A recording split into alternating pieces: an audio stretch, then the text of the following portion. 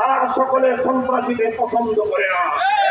আজকে যেমনি ভাবে সারা বাংলাদেশে ছাত্রলীগ থেকে পদটাকে হিড়িক করেছে, এই ছাত্রলীগ আস্থা করে নিক্ষিপ্ত হবে।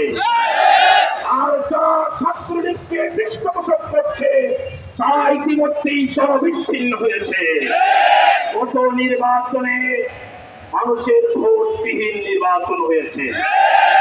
আজকে জনগণের অধিকারের কথা বললে আজকে জনগণের বিরুদ্ধে অস্ত্র চলে।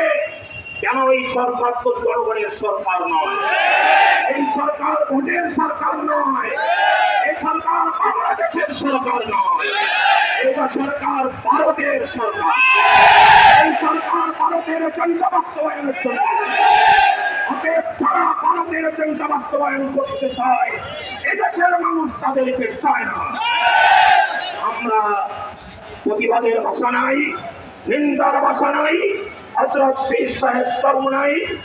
এই দেশের মানবতার নেতা, ইসলামী আন্দোলন বা মানুষের সংগঠন আজকে গণমানুষ ছাত্র সমাজ সংকটে পড়েছে। ইসলামী আন্দোলন বাংলাদেশ তাদের পাশে দাঁড়িয়েছে, আগামীতেও থাকবে ইনশাআল্লাহ। আমরা সকলকে আগামী দিনের সকল কর্মসূচিতে স্বতঃস্ফূর্ত অংশগ্রহণ করার উদাত্ত আহ্বান রাখিয়ে সংগ্রামী অভিনন্দন।